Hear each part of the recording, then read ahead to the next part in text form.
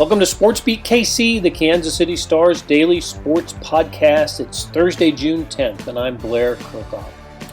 Star beat writer Shaun, Goodwin, and Sports Radio 810's Ilie Trost are here today to talk soccer on the local and national fronts. We look ahead to Sporting Kansas City's match Saturday against Austin FC and wonder how close KC NWSL is to getting its first victory. After a break, we speak to the importance of the U.S. national team victory over Mexico in the Tournament of Nations League final on Sunday. We had a lot of ground to cover, so let's get started with Ilie and Shaun. We've got Ilie and Shaun. Ilie is back after a week off. How you doing, Ilie? I'm doing well. How are you guys doing? Doing great. And Shaun is back with us as always. He's the Iron Man of this podcast. What's up, Shaun? Great. I'm just watching Gadi versus Portugal. He started for Israel today, so good day for him. So he's not had too much action yet, but it's fun to watch. He already has a goal for Israel, doesn't he? He did. He scored in the last game. It was a nice goal too. That's amazing. We'll talk some national team soccer in a little while, but I wanted to start local today. We've got Sporting Kansas City playing on Saturday against an opponent that they have faced this year, and it occurs to me that their season was not very well defined the first time Sporting played Austin FC, but it got defined in the last 10 minutes of that game, and what's happened since then. It's just been quite a roll for Sporting. Shaun, do you see it that way as well? It's just down 1-0 into the 80th minute, and then they turn around, win it, and they've played really, really well since then. I don't think it was the defining moment, I guess, but it's definitely one of those in that at the end of the day, they win that game 2-1 and then go and lose to Houston 1-0 the following game. So it wasn't like the end or be all. This is the start of this run we're currently on now. What I do see it as though is, of course, Sporting did have a little bit of an iffy start to the season after winning the first game. They tied Orlando. He lost to Houston. Who was before that game? Beat the Red Bulls, tied Orlando. Real Salt Lake. That's it. I lost to Real Salt Lake. That's the one. There, right. So, if he starts and then go 1-0 down, if Sporting loses that game at home to, I'll say an expansion team. Austin has proved to be a decent team, but nonetheless, it would have been a not too good start to the season, and obviously, Houston game afterwards happens where they lose as well, and you have to be wondering if that could just be a snowball effect. If Sporting lose that game, where morale goes down, and it's a good team, they would have bounced back at some point, but it's always easier to be ahead of the pack and chasing the pack, right? And if they lose that game, it very well could have been a snowball effect or a bad result. So to get that late winner, it was a big moment. I think the second half of the Houston game was probably, despite the loss, the 45-minute stretch where Sporting actually started to play their best football. Yeah, look, there was the Matt Beasler return, right? There was that storyline. Austin's an expansion team, so they kind of get a first look at this club. But since then, like we said, Sporting has played so well. Austin, not so well since then. And I don't believe they've won, Ilie, have they? Have they won since then? No, they did draw Seattle 0-0, but they did go on. Too. They went on to lose 2 games after the loss at Sporting, and they haven't scored a goal since, which I think is maybe the biggest thing there is that they're not scoring, and they haven't. And sometimes those ruts are hard to get out of. And Shaun, like you were saying, with Sporting having that big win over Austin, and some of the results that they've had as of late, winning helps a lot of things, right? That's true for just about any sport. When you're winning, it makes the just like the things that aren't working seem a lot smaller and easy to fix, and the things that are working seem a lot more consistent and easy to kind of keep up. So I think that Sporting Kansas City is absolutely playing their best soccer right now. they've had this bit of a time off, but on one hand, that's maybe allowed some of the players who were dealing with knocks and not 90 minutes fit, allowed them to get closer to that. But on the other hand, does that get in the way of momentum at all? So we'll find out on Saturday. It'll be a kind of unusual kickoff time with 2 p.m. on a Saturday. We don't typically have that. Grace. I love it. But yeah, I'm sure the reporters will be happy about that one. Free up your Saturday night a little bit. But no, I think it's a game that, given how Sporting's been playing, if they can play like we've seen them play in some of their recent wins, then they can beat anybody. That's just a matter of fact. I mean, they've got the talent, and when they're firing on all cylinders, they are one of the most competitive teams in the league that's, eyeing that first place in the Western Conference spot and the Supporters Shield. Here's my thing with Austin as well. In that case, they go on the road to start the season to LAFC and lose, which is tough to win for anyone there, right? And again, they start off strong, beat Colorado, beat Minnesota, and come across Sporting KC. But I think what you have to factor in with this Austin team as well is, do you guys know how many home games they've played right now? Big fact, 0. Big fact, 0. I didn't know that until I read it in your story, Shaun. Their stadium is still under construction. Their first home game is actually after the Sporting game. They play San Jose on June 19th. But yeah, so it's being under construction. So Sporting has got a last road game. And I mean, it's to be said in any sports, especially sports where you play outdoors and you heat for 90 minutes, adding to the fact that you're traveling and staying in hotels and airplane rides, and you don't have much time to, get back to your home base and chill. And I'm sure that's been a huge thing for this Austin team, and that I think the Sporting loss, or Sporting win for this podcast, was a tough one for them. It almost, it popped the bubble, I guess. And that's got to be a deflating loss, and then just the travelling, everything. It's going to wear a team down. I do think now with the bye week, they've had a little bit of time to go home, to rest up, to actually train in their facility for an elongated period of time. So this Austin team isn't a team, that expansion team or not, it's not a team that should be and will be 11th place in the Western Conference. Once they actually start having home games in front of home fans, they'll have a stretch to just stay down in Texas. And so, yeah, I think with players rested up, bye week, maybe Sporting has lost a little bit of momentum.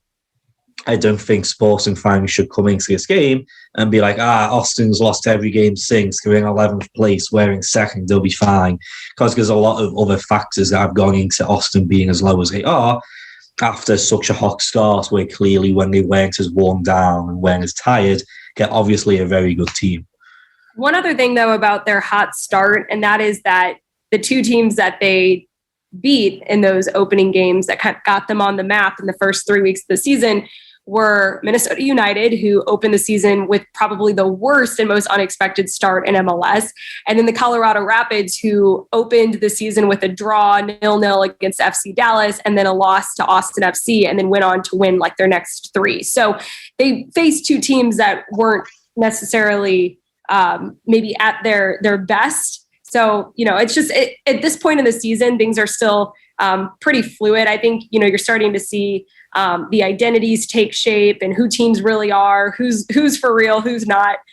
That's going to, be answered here in the coming weeks. But that's what's, Austin's hot start was more so, I think, a result of just other teams, kind of working through different things. Minnesota United, still not really sure what was going on there, but caught him at the right time, it sounds like. Well, I usually like to save career news till the end of the show, but this seems like an appropriate time to bring up the fact that Ilie, both of you guys will be attending the game professionally, as you do all games. But Ilie, you'll have a new role. She's left me. She's left me in the press box. I am saying so long to the press box, and I will be pitch side as Sporting's new sideline reporter. So I'm thrilled about the opportunity. That is fantastic. That's great. So Carter Augustine had held that position. He's not in it now. Carter's off to other professional opportunities. Ilie, we're all really, really thrilled for you. That's going to be great. I imagine this is something that you've thought about and maybe had as a career goal for yourself. Pretty much since I moved to Kansas City, Sporting was the first team that I started covering when I was pursuing sports broadcasting, totally on the side, worked full time in just a, corporate job, and wanted to break into the sports world, and did that by covering Sporting and doing that work early on with the Blue Testament. Got my own camera equipment, went out, and was fortunate enough to somehow be given the chance to go down and interview Vermees after games on the field. That wasn't something that lasted that long, just from a logistics standpoint, but that for pretty much the entire 2018 season. And that really, I think, kind of just propelled my, my drive to really get into the industry, and then also to eventually, work in a position on more of a full-time-ish or, just contract season basis like I'm getting to now. So this is definitely a dream come true. And I am so excited to work with Nate and Jacob Peterson and the entire broadcast crew. They're all fantastic. And, I got to give Peter Vermees a lot of credit. He, always treated me with so much respect and treated me like I belonged down there, even when I was just, recording and going to edit an iMovie after with my own mic flag that I had made out of like Scotch tape. So he definitely helped, I think, make me feel like it's something that I could do. And I am just thrilled to have the opportunity and look forward to growing as a broadcaster in this new role and covering the team and the sport that I love and the city that I love. So it's really, it doesn't get much better than that.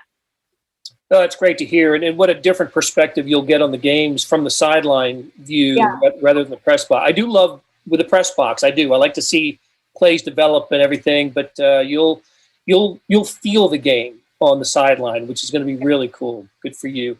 Okay. Hey, before we take a break, let's quickly cover KC NWSL, the Fighting Wosos, coming off a 1-0 loss.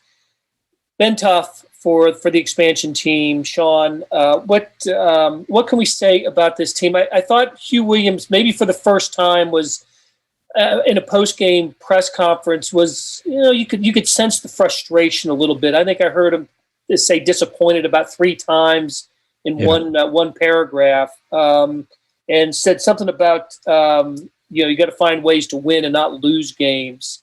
What'd you make of the outcome, and then what Coach Williams said?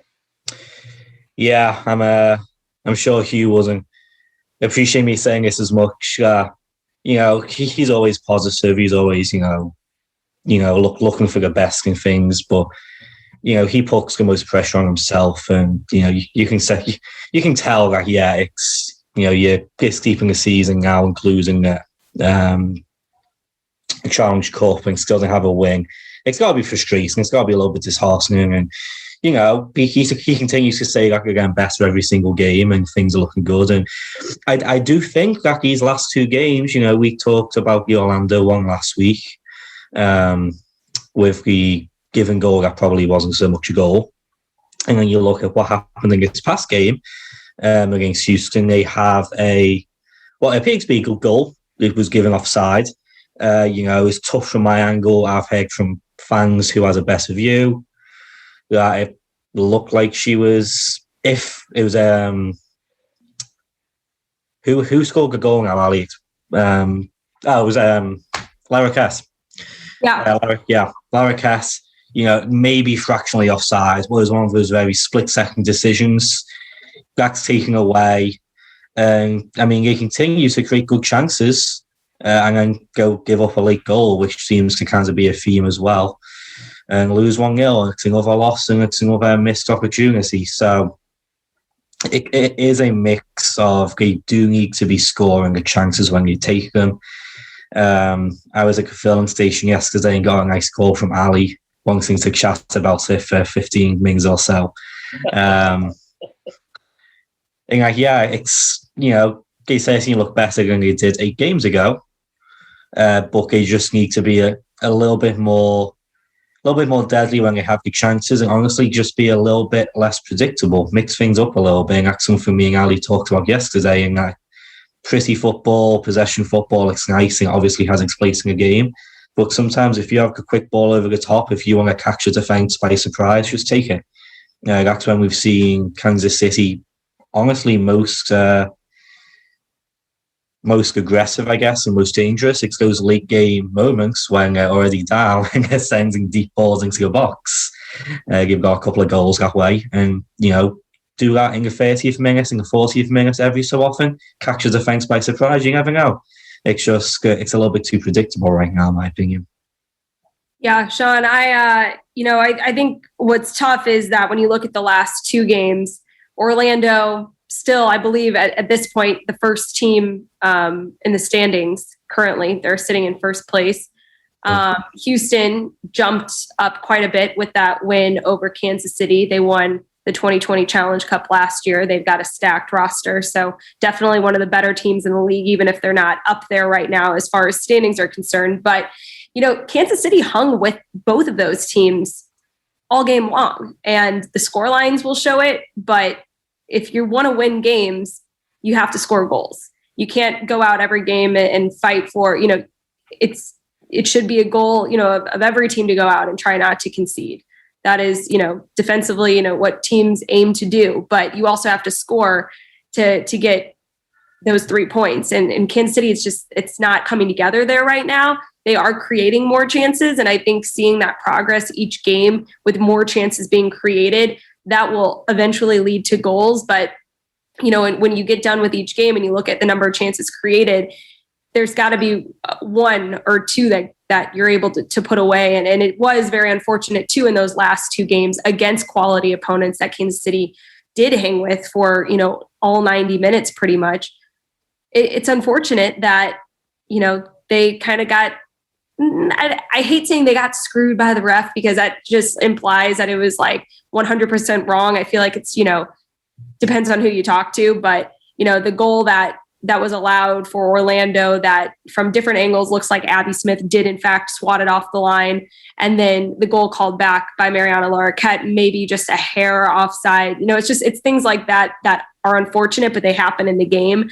But when you're a team that's looking for its first win, I feel like that is even more frustrating than if, it's just a rarity that happens, in a game. But for it to happen in back-to-back games, I think that's been tough. But I think the other thing too is just injuries, players not being available for the team, for selection, whether it's international call-ups or injuries, when you aren't able to get some consistency going with preferred players or with players who are very dangerous in, scoring situations, that's going to also, limit what you're able to do. But I've been impressed with the depth of the team. I thought, Katie Bowen slotted in and played in the midfield in this last game, was charged with really marking Christy Mewis, and I thought she did a fantastic job.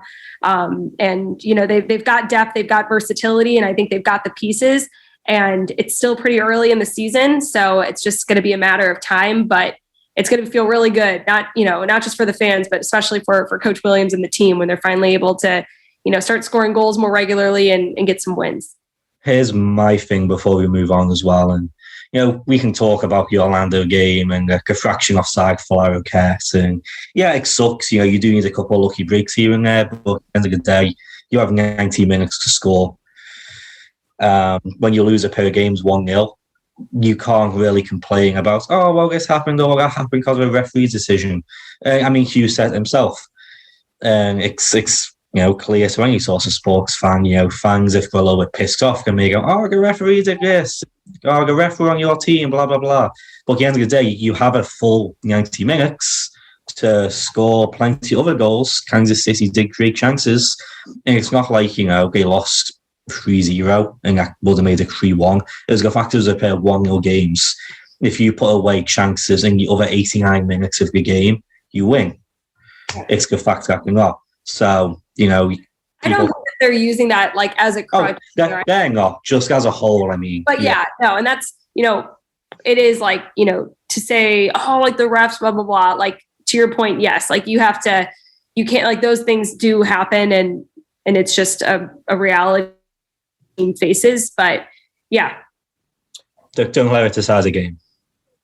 Exactly. Right. And look, in when a team's going through what NWSL is going through, the missed opportunities are magnified, right? And especially when you don't have goals to your credit.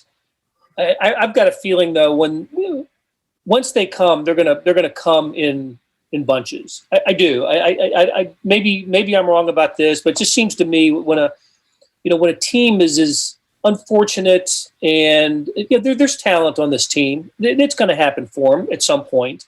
And when it does, I wouldn't be surprised if they broke out with a 3-goal game. They'll just come in bunches. So we hope it comes sooner rather than later. And I'd be remiss if I failed to say that, Ilie, you are in the press box for those games as the color analyst on the radio broadcast for that.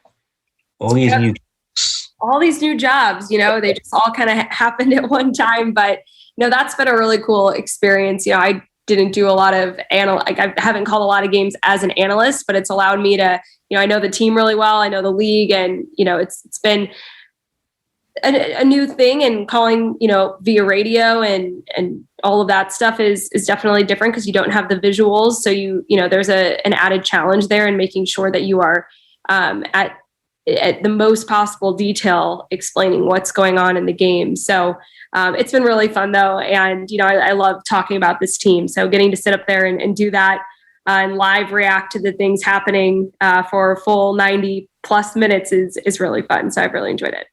Okay, let's take a quick break, and when we come back, we've got some international soccer to discuss. Hey, it's Blair. We have a special subscription offer for SportsBeat KC listeners, unlimited digital access to the Kansas City Star's award-winning sports coverage. Sign up now for 1 year of Sports Pass for access to all the sports news, features, and columns presented on the kansascity.com site, and it's only $30. That's a 40% savings off our regular rate. Your subscription will automatically renew after the initial term at $50 unless you tell us to cancel. Your subscription helps support the sports coverage of kansascity.com and the Kansas City Star, and that support has never been more important. Please visit kansascity.com/SportsBeatKC offer to get this special offer. And as always, thanks for listening. We're back with Ilie Trost and Shaun Goodwin. We've covered Sporting Kansas City and KC NWSL. Guys, on Sunday night, quite an entertaining soccer game between United States and Mexico. The Tournament of Nations League final. To be honest with you, I didn't know there was a Tournament of Nations League until this year. But they provided me with some entertainment on Sunday.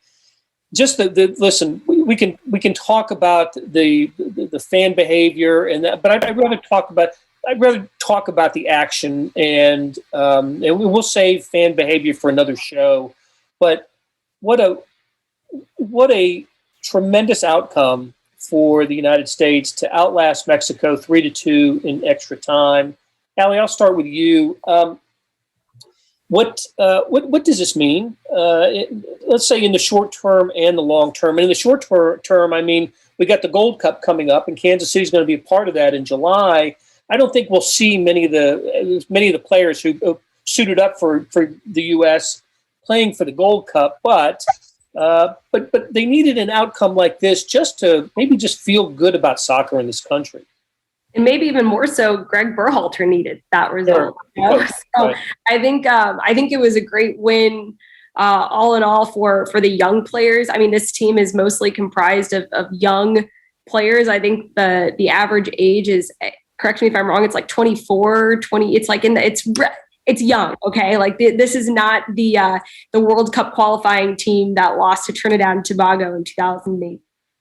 The squad that has a lot of young, incredibly promising talent. And I think what that game did was it showed that, hey, yeah, we've seen what these guys have been doing, with their respective teams in Europe, but now we got to see them put that all together as a team, repping the US of A. And so I think that it was just a fantastic, just kind of motivating win for the team, for the fan base, for everyone. It sure doesn't mean as much in the grand scheme of things, but I think that the buy-in that you saw from the players to just stay so locked in and play with so much grit for 120 plus minutes. And, Greg Berhalter is so animated, running up and down the sideline, getting balls to, keep the game going. It was just like that passion that I feel like a lot of U.S. soccer fans have felt was missing for way too many years now. And so, no, you will not see many of those players when it comes to the Gold Cup. That's going to be mostly MLS players. Hopefully, John,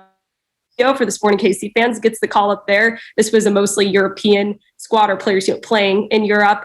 But no, it wasn't the best performance for, I think the team as a whole. You start in the opening minutes with that just poor giveaway by Mark McKenzie, and they go down 1-0. But to come from behind and just fight the way that they did, Christian Pulisic's PK just stepping up with so much confidence, Ethan Horvath coming into the game that, as Weston McKennie said, was going 100 miles an hour at that point, making a critical penalty save and just really helping the team as the backup keeper. I mean, it was just, there were so many heroes in that match, and it was just huge, I think, for American soccer. But there's still a lot of work to be done. There's still a lot to prove, but this was a really, really good step in the right direction. All right, weigh in, American citizen for a year. American citizen for a year. No, I'm still definitely an England fan through and through, but I was out at Power and Light Sunday night. I got a lift there and back. I was safe driving. Just making that sure. Well done. But no, yes, really fun. Ilie kind of touched on it in that it wasn't so much the win itself, but it was even the manner. It was partly the manner and partly the players involved. I feel like even me being here for the past, I guess decade now, it was watching US teams roll out Josie Altidore and Michael Bradley. I'm falling asleep thinking about it. Just, there we go again, and again, and again. So it was nice to see this influx of youth, and obviously, as Ali was saying, you're all from Europe, and it's not knocking MLS in any way. And I was chatting to Peter about this on Tuesday about how MLS is kind of taking on this role now. It's not so much the players themselves come from here, but it's either developing those players and pushing them out to Europe, to where you see the Christian Pulisic isn't the best example, but Weston McKennie, Brendan Aronson, Gianluca Buzio one day, just stuff like that. So just seeing this influx of new players come in with such passion and pride to play for the country. And then I think in the past, we talked about that Mark McKenzie giveaway in the second minute. Teams of US past with our Michael Bradleys and Altidores and Chris Wondolowski, great players, don't get me wrong, but it never seemed to click and be able to fight at that level. If that happens to those teams, I have a feel like they would have just crumbled, honestly. And the US did get a little bit lucky. We got disallowed Mexico goal via VAR. That was made it 2-0. But even then, they fight back 1-1. You can see the late goal to make it 2-1 for Mexico, and they fight back and get a goal almost 3-4 minutes later. And then obviously, going to extra time and the hostile atmosphere of the Mexico fans, even though it's in Denver. That penalty, Pulisic stepped up. I feel like he has that very much give the ball to me mentality, which is what you want from a Champions League winner, Wonder Boy, Christian Pulisic, right? Captain America. I know he hates that name, so in case he listens to us, I doesn't want to say it. Just covering my bases. That was me. I read that in a GQ interview he did a little while ago. He hates the Captain America tagline. That was his penalty kick, though. That was a big time kick. That's what I'm saying. Yeah, that to put it in the top corner, like the top shelf, like that's confidence, and you just don't see that from many Americans. No, you don't. Ochoa is a great goalkeeper. He saves those. Sorry, Ali, before you go ahead. I think the whole goal was America had to win because over the course of penalty shootouts, I don't think the US wings, who shows that good as the goalkeeper, for so going to go to a penalty pure to just step up and put it in the top corner like that. And yeah, it's big balls. Well, and it was just looking at both PKs, like if you just showed people watching that and you like made the kits neutral, you would think that the PK Pulisic took was like a Mexican national team kind of quality shot versus what the Mexican national team, the save by Horvath. It was a great save, don't get me wrong, but it wasn't all that great of a PK. So yeah. Tim Melia would have saved it. Oh, easy. Oh, no doubt. It could have went to penalties and I would have been like, Melia's best in the show. We're fine. But I wasn't as confident with Horvath and goal. I should have been. Yeah. And like you said, I think, Ilie, you said it, we're probably going to see MLS players in the Gold Cup mostly. And Shaun, I think, and you said it too, what are the prospects of Gianluca Busio being one of those players? Yeah, no, I would be sometime wholly surprised if he's not including his Gold Cup squads, with it being mostly MLS players. But Greg Berhalter, he'll call him up, and then Jackson Ewell will start at the 6. And then Busio will sit on the bench, and we all get pissed off. But we'll see. We'll give you a story to write. Yeah, exactly. For better or for worse. All right. I always learn a lot talking to you guys. I really appreciate it, and we'll do it again soon. Always happy, so. That'll do it for today. Thanks to our SportsBeat KC production staff of Derek Donovan, Beth Welsh, Monty Davis, Jeff Rosen, Chris Fickett, and Savannah Smith. Thanks to Ilie Trost and to Shaun Goodwin for stopping by and talking soccer. Links to Shaun's stories can be found in the show notes and on kansascity.com. Hey, we have another deal for you. You can subscribe to Sports Pass for 99 cents a month. That's right, 99 pennies a month. Sports Pass is the online version of the Star Sports section. You get all the stories that appear in the print editions of the Star, plus additional stories that appear only on the website, and certainly they all appear first on kansascity.com. After 3 months, it auto-renews at $5.99 a month unless you cancel. And it's a great time to subscribe. Read about what's going on with the Chiefs, the Royals, the colleges, Sporting KC, KC NWSL, and more. How do you get it? You go to kansascity.com/sportspass2020. That is kansascity.com/sportspass2020. You want more than just sports coverage? Check out the entire Kansas City Star product. Sports news, features, commentary, and analysis, the whole thing. You get all the stories written by my talented colleagues, plus additional national news, sports, and business coverage with the e-edition. The details for all of these deals can be found at account.kansascity.com/subscribe. And if you're having trouble hunting down any of those offers, send me an email, bkerkhoff@kcstar.com. I'll get you to the right place. So whether it's the Sports Pass or the full subscription, you're getting in supporting the best sports and news coverage in Kansas City and helping us produce programs like SportsBeat KC. Thanks for listening, and we'll be back on Friday with another episode.